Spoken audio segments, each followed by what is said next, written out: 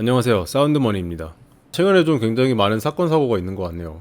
이번에 일본의 아베 총리가 총에 맞는 사건이 벌어졌죠. 그래서 일본에서는 이렇게 극단적인 사건도 일어나고 있고 굉장히 좀 가슴 아픈 일입니다.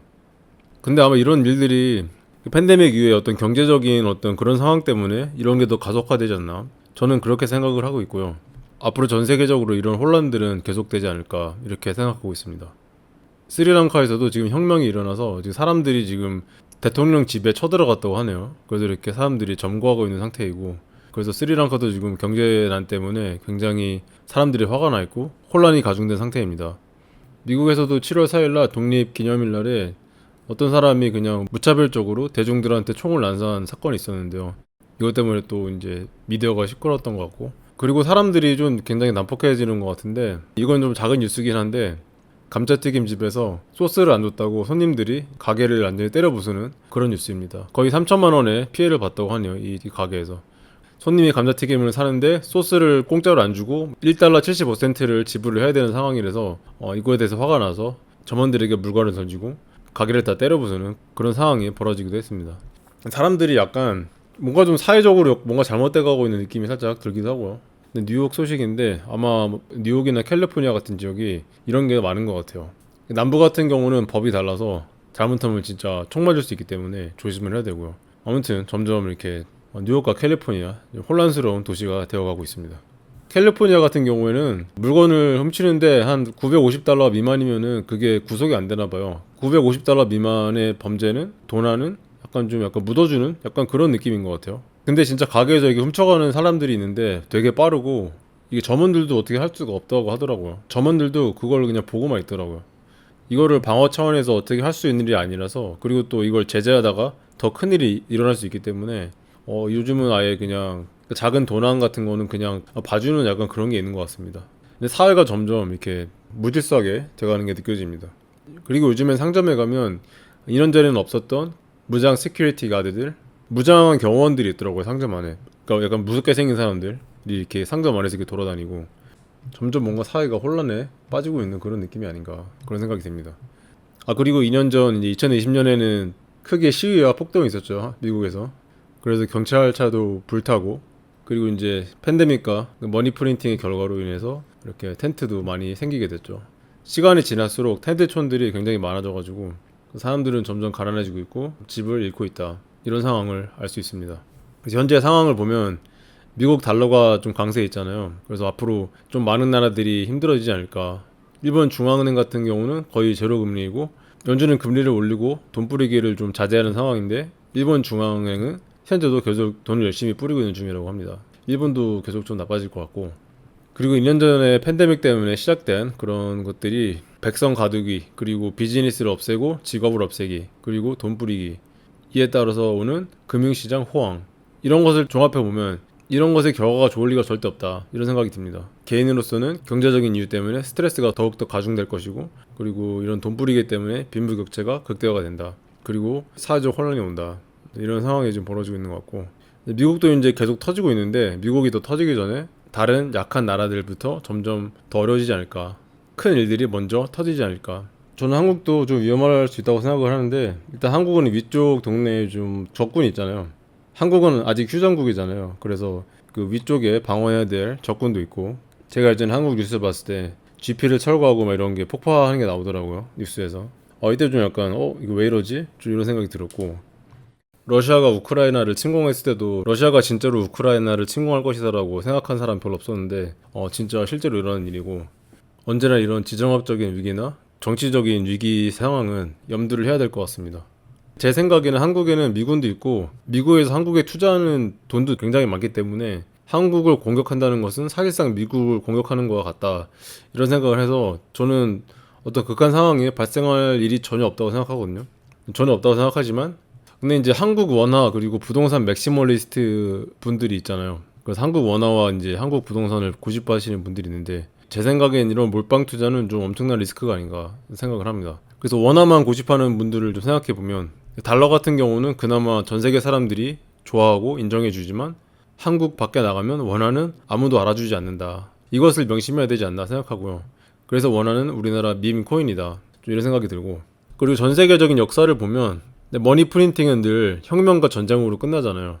그리고 승자의 새로운 룰로 다시 시작을 하게 되는데, 예를 들면 브레튼 우주 체제, 달러 기축 통화, 이게 될 수가 있겠죠.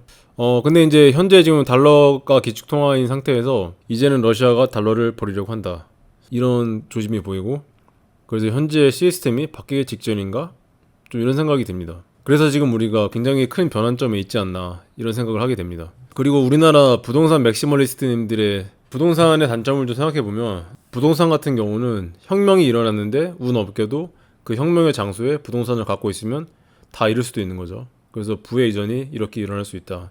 부동산 맥시멀리스트님들도 이런 리스크에 대해서 한 번쯤 생각해보는 게 좋지 않을까 생각을 해봤습니다. 이건 좀 오래된 일인데, 촛불 혁명이 있었잖아요. 이때 대통령과 재벌가를 약간 뭐 퇴진하라, 약간 이런 식으로 이제 시위가 있었는데, 저는 뭐 정치에 전혀 관심이 없어서 사람들이 뭘 하든 뭐 상관 안 하는데, 아무튼 이렇게 좀 기득권들을 퇴출시키려는 이런 운동 같은 게 있었죠. 이 사진에서는 뭐 대기업들만 걸려져 있지만, 이게 나중에 뭐 부동산 소유자 이렇게 바뀌어버리면은 큰일 날 수도 있다, 혁명의 리스크도 좀 있다, 이런 생각을 해봤습니다. 굉장히 아름답고 웅장한 사진인데, 이렇게 많은 사람들이 모여서 부동산 적폐를 몰아내자 이렇게 해버리면 끝난다. 좀 무서운 상상이기도 하네요. 레이 달리오의 빅 사이클을 보면 제국이 흥하고 그리고 망하는 그런 사이클을 그린 그래프인데, 평화와 번영을 거쳐서, 그리고 금융 버블, 그리고 빈부격차가 발생하면서 정점에 이르면 금융 버블이 터지고, 그리고 머니 프린팅, 그리고 크레딧 신용 시스템이 이제 계속 증가하게 됩니다. 그리고 머니 프린팅과 크레딧이 증가하면 그것은 혁명과 전쟁으로 이어진다. 지금 약간 우리가 겪고 있는 것 같지 않나요, 지금? 혁명과 전쟁? 그래서 우리는 지금 이 빨간 동그라미 사이에 껴있지 않나, 이렇게 생각을 해봅니다. 혁명과 전쟁 이후에는 부채와 정치의 재구성, 이렇게 되고 새로운 세계 질서가 형성이 된다. 그래서 아마 이게 그레이트 리셋이 생각하는 어떤 그런 뉴 월드 오더가 아닌가 생각을 해봤습니다. 뭐 다들 아시겠지만 뭐 그레이트 리셋, 세계 경제 포럼에서 밀고 있는 어젠다죠. 이게 진행되고 있고, 이제 2030년을 바라보는 비전, 2030년을 많이 언급하더라고요. 그 2030년에 뭔가 될 것 같다, 약간 이런 느낌. 그래서 앞으로 미래가 어떻게 될지 많이 궁금해집니다.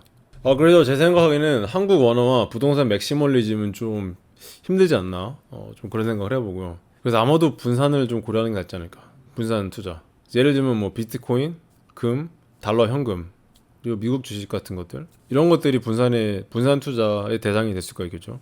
근데 제가 생각하기엔 비트코인이 제일 안전한데, 이제 비트코인의 비중을 얼마나 두느냐는 개인의 상황과 리스크 관리에 따라서 좀 틀리겠죠. 그래서 비트코인의 비중을 결정하고 비트코인으로 환전할 시에는 반드시 스스로 조사하고 확신이 들면 그때 환전을 해야겠죠. 근데 제 생각에는 이제 초하이 리스크 원화 밈코인을 들고 있으면서 초글로벌 화폐인 비트코인 비중이 아예 0인 거는, 이건 좀 이해가 안 간다, 저는 이렇게 생각을 하고요. 비트코인은 지금 유일하게 압류가 불가능에 가까운 자산이다. 진짜 키만 잘 보관하면 비트코인은 절대 압류할 수가 없다, 그 누구도. 그렇기 때문에 비트코인은 소중하다. 그래서 지금 보면 막 비트코인 막 차트 보면서 뭐 팔았다 샀다, 지금 이런 장난할 때가 아니다, 저는 이렇게 생각합니다. 그래서 거래소에서 트레이닝 장난질 하지 말고 100% 하드웨어 지갑 개인 보관하자. 왜냐면 비트코인은 스스로 보관할 수 있는 유일한 자산이니까. 미래는 알 수 없지만 현재 세상이 가는 방향을 보면 비트코인 모으기는 지금 약간 생명이 달린 것일 수도 있다, 이렇게 생각을 해봤습니다. 비트코인은 생명이다. 그래서 지금 금리가 좀 오르고 금리를 뭐 계속 올린다고 하고 있지만, 언젠가는 다시 내리고 돈을 프린팅하지 않으면 이 시스템은 무너진다. 근데 지금도 뭐 비트코인 주식 뭐 다 무너지고 있죠. 지금 좀 작정하고 좀 무너뜨리는 것 같은데, 하지만 제 생각엔 비트코인은 결국 오를 수밖에 없다, 저는 좀 그런 생각을 해왔습니다. 그래서 언젠가는 엄청난 머니 프린팅이 다시 될 거고, 비트코인은 반드시 오른다, 이게 제가 전제로 깔고 가는 그런 개념이고요. 그래서 저는 가격 안 보고 그냥 계속 살 생각입니다. 비트코인은 계속 꾸준히 산다, 이게 저의 전략이고, 가격이 많이 내려가니까 가끔 뭐 채널에 비트코인 가격 가지고 막 뭐라고 하시는 분들이 가끔 있는데, 그러니까 저는 근데 가격 상승 하락에 상관없이 그냥 개인 보관할 수 있는 것만으로도 가치가 충분하다고 생각합니다. 그래서 뭐 비트코인 뭐 트레이더 분들이 뭐라고 하는 것도 저는 뭐 별로 관심이 없고요. 그냥 무조건 개인 지갑, 그냥 무조건 개인 지갑으로 간다. 제가 산 비트코인은 무조건 개인 지갑으로 가고 아마 절대 거래소에 가는 일은 없을 것이다. 저의 목표는 이 비트코인이 이제 제가 살고 있는 곳에서도 화폐로 인정이 되고 자유롭게 쇼핑을 하고 장을 볼 수 있을 때까지 존버한다. 이게 저의 목표입니다. 제가 있는 곳에서는 자산이기 때문에 화폐로 쓰기는 좀 힘든데 나중에 화폐로 쓰는 게 목표고, 어쨌든 개인 보관이 가능한 자산인 것만으로도 너무 충분하다. 뭐 저한테는 충분합니다. 그래서 이렇게 어지럽게 혼란스럽게 변해가는 세상 속에서 비트코인이 희망이 아닌가 생각을 해봤고요. 원화 맥시멀리스트 그리고 부동산 맥시멀리스트님들 조금 한번 마음을 열어보시고 비트코인을 생각해보는 것도 괜찮지 않을까 얘기를 해봤습니다. 또 금리도 오르고 물가도 많이 오르고 힘든 상황인데 모두들 잘 헤쳐나가셨으면 좋겠습니다. 영상을 시청해주셔서 감사합니다.